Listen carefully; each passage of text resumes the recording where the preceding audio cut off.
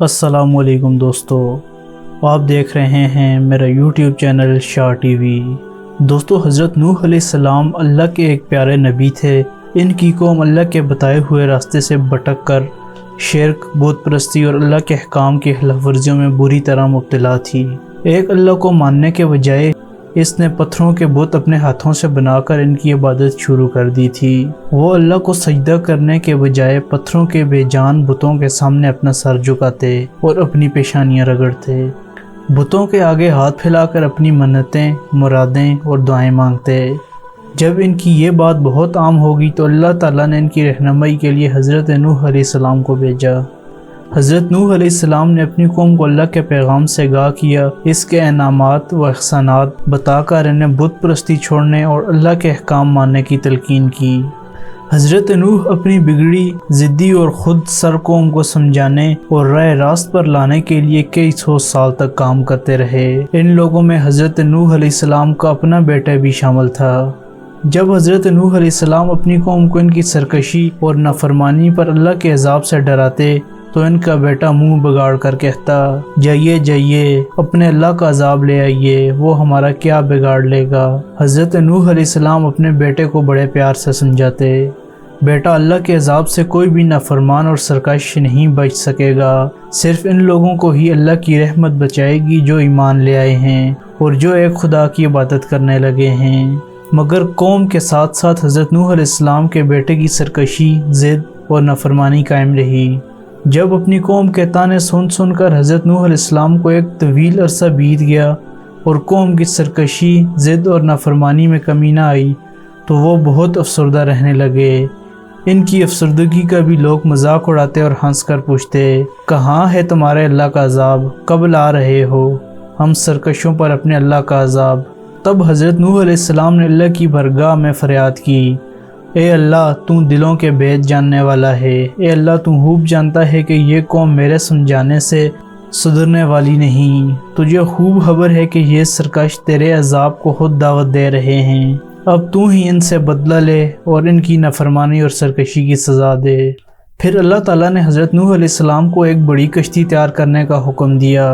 हज़रत नूह अलैहिस्सलाम ने ऐसा ही किया। वो कश्ती बनाने में मसरूफ़ हो गए। अब इनकी कौम के लोगों को एक नया मजाक मिल गया।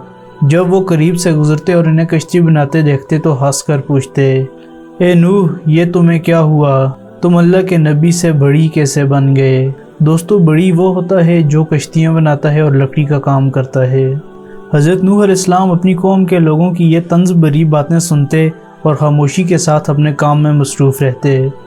कुछ दिन बाद इनकी कश्ती बनकर तैयार हो गई।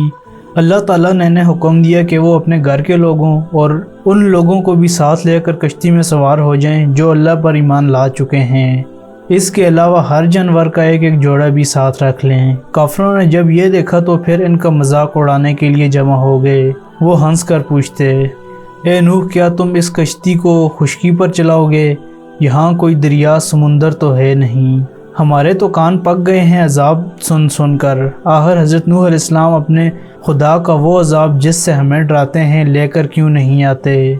मगर हज़रत नूह इनकी बातों की कतई परवाह ना करते, वो खामोशी से अपने काम में लगे रहते।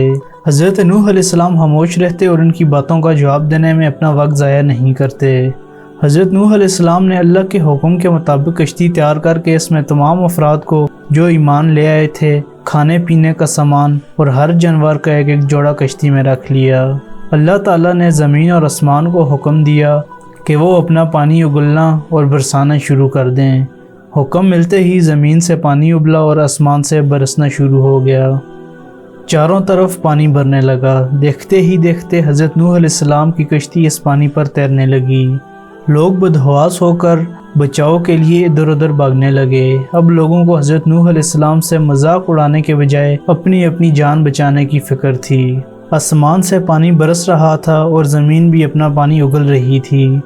घरों में पानी भरने लगा और लोग अल्लाह पर ईमान लाकर हज़रत नूह अलैहिस्सलाम की कश्ती में सवार होने के बजाय इधर उधर महफूज मकामात की तलाश में भाग रहे थे। इन्हीं लोगों में हज़रत नूह अलैहिस्सलाम का नाफरमान और ज़िद्दी बेटा भी था। वो भी जान बचाने के लिए इधर उधर भाग रहा था। हज़रत नूह ने इसे आवाज़ दी और कहा, بیٹا اب بھی وقت ہے، اللہ پر ایمان لے آؤ اور میری کشتی پر بیٹھ کر خود کو نافرمانوں کے ساتھ ڈوب کر مرنے سے بچا لو۔ مگر ان کے بیٹے نے اپنی باپ کی بات نہ مانی اور وہ چینک کر بولا، میں اندیکھے اللہ پر ایمان نہیں لاؤں گا، میں پہاڑ کی چوٹی پر چڑھ کر جان بچا لوں گا۔ حضرت نوح علیہ السلام نے پھر اپنے بیٹے کو سمجھایا، بیٹے آج کے دن کہیں بھی کسی کی جان محفوظ نہیں، یہ اللہ کا عذاب ہے، وہی عذاب جس سے تم کو میں ڈرا رہا تھا، جس کو دیکھنے کی تم سب آرزو کر رہے تھے۔ آج اس اللہ کے سوا کوئی اور بچانے والا نہیں، بیٹا اپنے باپ کی بات مان لو اور میری کشتی میں سوار ہو جاؤ۔ ان کے بیٹے نے ایک بھی نہ سنی، پھر دیکھتے ہی دیکھتے پانی کی ایک بہت زبردست لہر اٹھی اور ان کے بیٹے کو بہا کر لے گئی۔ اس کی ضد اور نافرمانی نے اسے پہاڑ کی چوٹی تک چڑھنے کا بھی موقع نہ دیا۔ پانی تھا کہ لمحہ بلمحہ بڑھتا چلا جا رہا تھا اور کہیں رکنے کا نام ہی نہیں لے رہا تھا۔ پھر وہ پانی اس قدر بڑھ گیا کہ اونچے اونچے پہاڑ بھی اس میں ڈوب گئے۔ حضرت نوح علیہ السلام کی قوم کے تمام نافرمان، ضدی اور سرکش لوگ سیلاب کے ریلے میں بہہ کر ختم ہو گئے۔ ان کے بڑے بڑے مضبوط مکانات جنہیں وہ اپنے لیے بڑی پناہ گاہ سمجھتے تھے، وہ سب بھی پانی میں بہہ گئے۔ جب ایک بھی نافرمان اس زمین پر نہ بچا تو اللہ تعالیٰ نے پانی کو رکنے کا حکم دیا۔ پانی کے رکتے ہی حضرت نوح علیہ السلام کی کشتی جودھی پہاڑ پر ٹھہر گئی۔ زمین نے اللہ کے حکم سے سارا پانی اپنے اندر جذب کر لیا۔ پھر حضرت نوح علیہ السلام نے اللہ سے عرض کی، اے اللہ، تو نے وعدہ کیا تھا کہ تو میرے گھرانے کو اس عذاب سے بچائے گا۔ میرا بیٹا تو میری آنکھوں کے سامنے پانی میں غرق ہو کر ہلاک ہو گیا، حالانکہ وہ بھی میرے ہی گھرانے سے تھا۔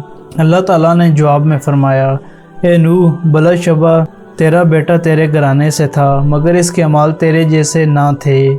وہ اللہ کا منکر ہی نہیں بلکہ سرکش بھی تھا۔ کیا تو نے اسے کشتی میں سوار ہونے کی دعوت نہیں دی تھی؟ وہ اپنی نافرمانی اور ضد کی وجہ سے ہلاک ہوا، اس لیے اس کا تجھ سے کوئی تعلق نہ تھا۔ اس بات کو سن کر حضرت نوح علیہ السلام سجدے میں گر گئے اور گڑ گڑا کر اللہ تعالیٰ سے توبہ اور استغفار کرنے لگے۔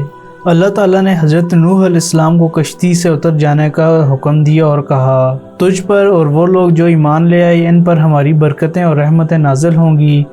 پھر حضرت نوح علیہ السلام پر ایمان لانے والے چند لوگوں نے دنیا کو دوبارہ آباد کیا۔ یہی وجہ ہے کہ حضرت نوح علیہ السلام کو آدم ثانی کے لقب سے بھی یاد کیا جاتا ہے۔ دوستو، آپ کو آج کی ویڈیو کیسی لگی؟ اگر آپ کو ویڈیو اچھی لگی ہے تو ویڈیو کو لائک کریں اور ہمارے چینل کو سبسکرائب کریں تاکہ اس طرح کی ویڈیو سب سے پہلے آپ تک پہنچ سکیں۔ اپنا خیال رکھیں۔ اللہ حافظ۔